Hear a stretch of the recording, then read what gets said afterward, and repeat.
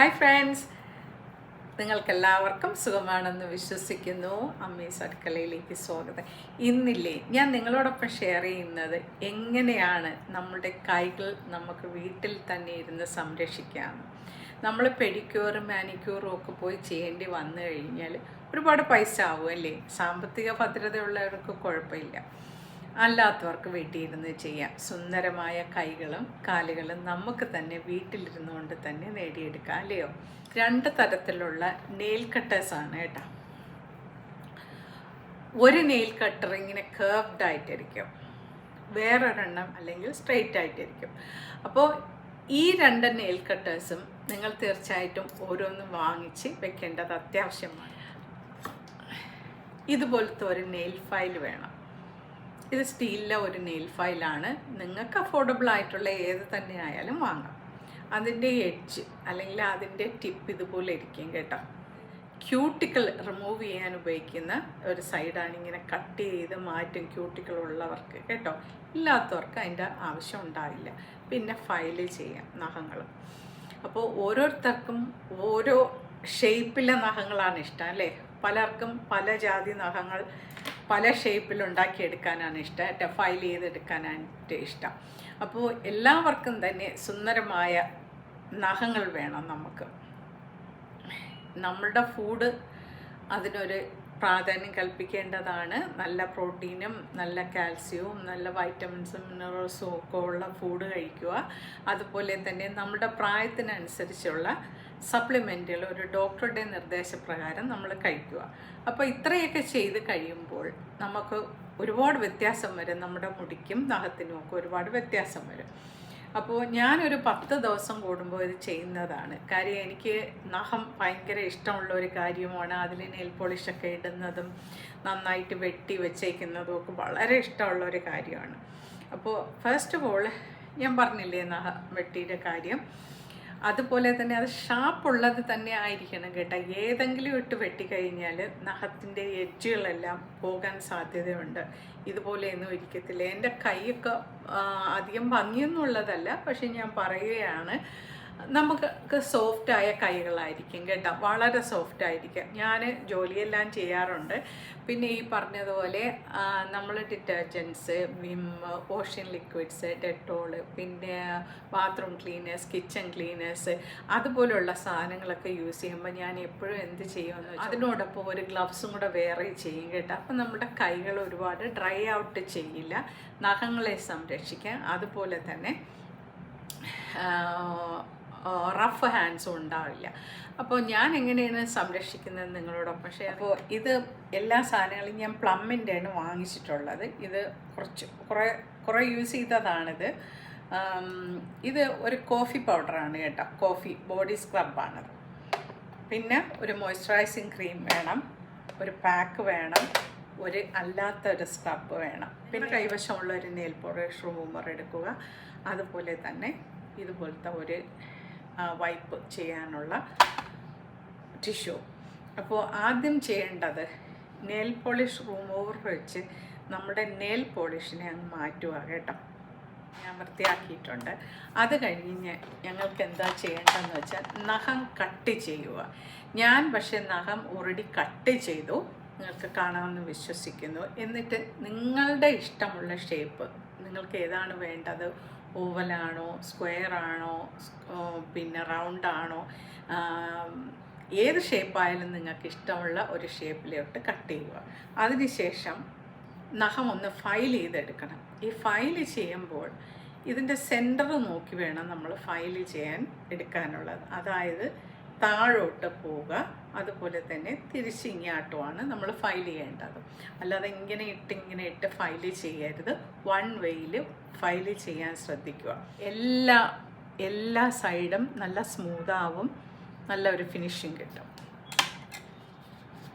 പിന്നെ നിങ്ങൾക്ക് വേണമെങ്കിൽ മാത്രം ഇതുപോലത്തെ ഒരു ബഫർ വാങ്ങിക്കാൻ കിട്ടും കേട്ടോ. ഇത് ഒരു 4 സൈഡഡ് ആയിട്ടുള്ളതാണ്. ഈ ഓരോ സൈഡും ഓരോ ഉദ്ദേശമാണ് കേട്ടോ.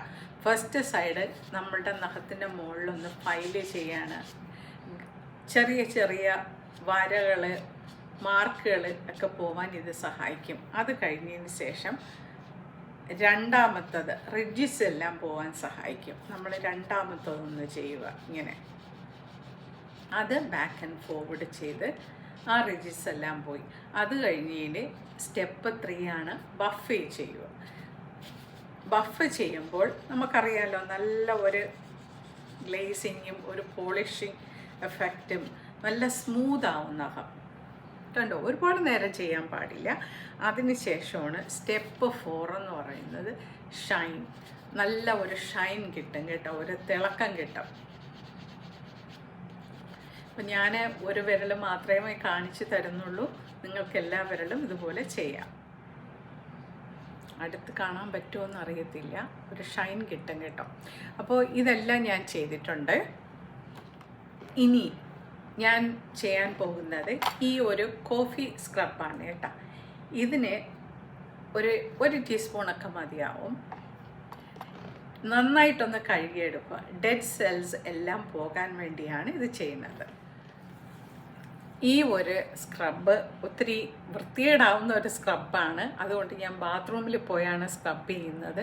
നിങ്ങൾക്കെല്ലാവർക്കും അറിയാം, സർക്കുലർ മൂവ്മെൻറ്റ്സിൽ നന്നായിട്ടൊന്ന് സ്ക്രബ് ചെയ്യണം. Clockwise and anticlockwise ചെയ്ത് നമ്മുടെ ഡെഡ് സ്കിൻ സെൽസ് റിമൂവ് ചെയ്യുക. അപ്പോൾ നമ്മുടെ കൈകളെല്ലാം ഇപ്പം നല്ല സോഫ്റ്റായി. നിങ്ങൾക്കെല്ലാവർക്കും മനസ്സിലായി കാണുമെന്ന് വിശ്വസിക്കുന്നു.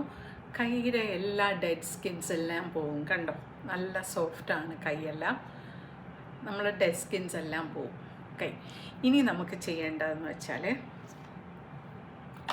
നമ്മൾ മുഖത്തിടുന്ന മോയ്സ്ചറൈസർ തന്നെ എടുക്കുക കേട്ടോ. ഇതൊന്ന് കയ്യിൽ നന്നായിട്ടൊന്ന് മസാജ് ചെയ്യുക.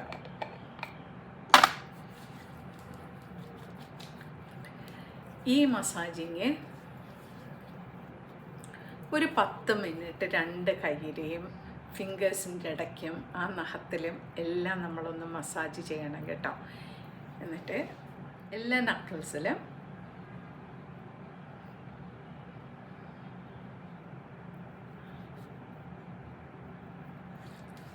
നമ്മുടെ കൈയുടെ ഇതുവരെ ചെയ്യാം കേട്ടോ.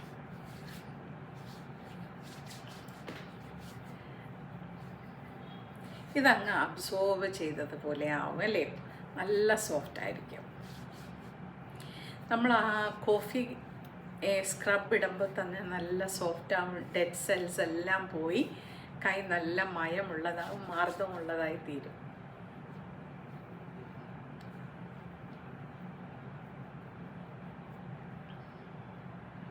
അപ്പോൾ ഒരു 10 മിനിറ്റ്സോ 5 മിനിറ്റ്സോ നിങ്ങൾക്ക് സമയമുള്ളതുപോലെ നിങ്ങളുടെ കൈ നന്നായിട്ടൊന്ന് മസാജ് ചെയ്യുക. മസാജ് ചെയ്തതിന് ശേഷം അടുത്ത സ്റ്റെപ്പ് എന്തെന്ന് വെച്ചാൽ, നമ്മുടെ നെക്സ്റ്റ് സ്റ്റെപ്പ് എന്ന് പറയുന്നത് നമ്മുടെ കൈക്കൊരു പാക്ക് ഇട്ട് കൊടുക്കാം. നെക്സ്റ്റ് സ്റ്റെപ്പ് എന്ന് പറയുന്നത് കൈക്കൊരു സ്ക്രബ് ഇട്ട് കൊടുക്കാം. ഈ സ്ക്രബ് എന്ന് പറയുന്നത് ഞാൻ മുഖത്തിടുന്ന സ്ക്രബ് തന്നെയാണ്. ഇത്ര എടുക്കുക. നമ്മുടെ കൈയുടെ അകത്തും നമ്മുടെ കൈയുടെ പുറത്തും എല്ലാ വിരലുകളുടെ ഇടയിലും നമ്മൾ ആ ക്രീം ഇട്ട്, മോയ്സ്ചറൈസിങ് ക്രീം ഇട്ട് എങ്ങനെയാണോ മസാജ് ചെയ്തത് അതുപോലെ തന്നെ നമ്മുടെ കൈയും ഒന്ന് നന്നായിട്ട് ആ സ്ക്രബ് ഉപയോഗിച്ചൊന്ന് മസാജ് ചെയ്യുക കേട്ടോ. അപ്പം ഇനി ഞാനിത് കഴുകി വരാം കേട്ടോ. കഴുകിയിട്ടുണ്ട്, കഴുകി ഞാൻ തുടച്ചിട്ടുണ്ട് കേട്ടോ. ഇതൊരു വെറ്റ് ടവലാണ്. ഇനി നമുക്ക് ചെയ്യേണ്ടത്, ഇപ്പം തന്നെ മനസ്സിലായില്ലേ, നല്ല സോഫ്റ്റ് ആവും കേട്ടോ. കൈ നല്ല സോഫ്റ്റ് ആവും, നല്ല പിങ്ക് നിറമാകും, നല്ല തഴമ്പൊന്നും ഇല്ലാത്ത നമ്മളൊരു പാക്ക് ഇടും കേട്ടോ. ഫേസ് പാക്ക് തന്നെയാണ് ഞാൻ യൂസ് ചെയ്യുന്നത്. അപ്പോൾ ദിസ് ടൈം ഞാൻ ബ്രഷൊന്നും യൂസ് ചെയ്യൂല കേട്ടോ, കയ്യിലല്ലേ ഇടുന്നത്.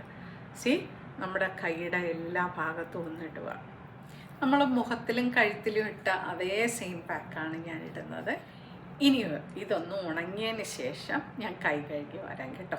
ഇത് ഉണങ്ങാനുള്ള സമയം കൊടുക്കുക കേട്ടോ. ഇത് കൈ ഞാൻ കഴുകിയിട്ടുണ്ട്, കഴുകി തുടച്ച് വൃത്തിയാക്കിയിട്ടുണ്ട്, ഇൻസൈഡ് ഔട്ട്. ഓക്കെ, ഇനി നമുക്ക് ചെയ്യേണ്ടതെന്ന് വെച്ചാൽ ഒരു ഹാൻഡ് ക്രീം കേട്ടോ. ഇത് ആക്ച്വലി പ്ലമ്മിൻ്റെ തന്നെയാണ്. ഞാൻ പ്ലമ്മിൻ്റെ തന്നെയാണ് ഇങ്ങനെയുള്ള ആവശ്യങ്ങൾക്കൊക്കെ യൂസ് ചെയ്യുന്നത് കേട്ടോ. എക്സ്പെൻസീവ് ആയിട്ടുള്ളത് കൂടുതലും മുഖത്താണ് യൂസ് ചെയ്യുന്നത്. പ്ലമ്മിൻ്റെ ഇത് ഹാൻഡ് ക്രീമാണ് കേട്ടോ. ഒരു പീര വലുപ്പത്തിലുള്ള ഹാൻഡ് ക്രീം എടുക്കുക.